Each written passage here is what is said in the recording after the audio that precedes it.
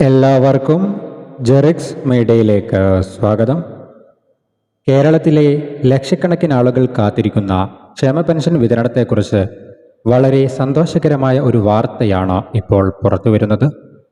ജനുവരി മാസത്തെ പെൻഷൻ തുക വിതരണം ചെയ്യുന്ന കാര്യത്തിലും പെൻഷൻ തുക വർദ്ധിപ്പിക്കുന്ന കാര്യത്തിലും സർക്കാർ പുതിയ തീരുമാനങ്ങൾ എടുക്കുകയാണ്.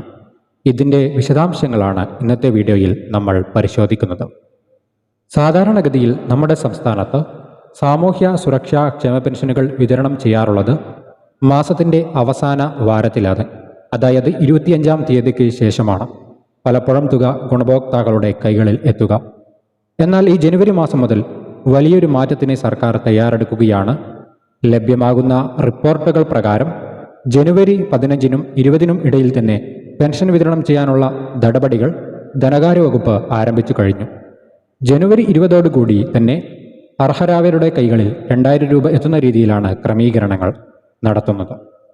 എന്തുകൊണ്ടാണ് പെൻഷൻ ഇത്ര വേഗത്തിലാക്കുന്നതെന്ന് നമ്മൾ ചിന്തിക്കുന്നുണ്ടാവും. സംസ്ഥാനത്ത് നിയമസഭാ തെരഞ്ഞെടുപ്പ് അടുത്തിരിക്കുന്ന സാഹചര്യത്തിൽ സർക്കാരിൻ്റെ ജനക്ഷേമ പദ്ധതികൾ കൃത്യസമയത്ത് ജനങ്ങളിലേക്ക് എത്തിക്കുക എന്ന ലക്ഷ്യം ഇതിന് പിന്നിലുണ്ട്. കഴിഞ്ഞ തദ്ദേശ തെരഞ്ഞെടുപ്പിന് പിന്നാലെ വരും മാസങ്ങളിലും, അതായത് ഫെബ്രുവരി മാർച്ച് മാസങ്ങളിലും പെൻഷൻ വൈകാതെ തന്നെ വിതരണം ചെയ്യാനാണ് സർക്കാർ ലക്ഷ്യമിടുന്നത്.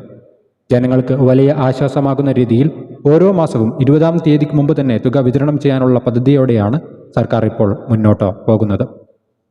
മറ്റൊരു പ്രധാനപ്പെട്ട കാര്യം പെൻഷൻ തുകയിലെ വർധനവാണ്. നേരത്തെ 1600 രൂപയായിരുന്ന പെൻഷൻ സർക്കാർ 2000 രൂപയായി ഉയർത്തിയിരുന്നു.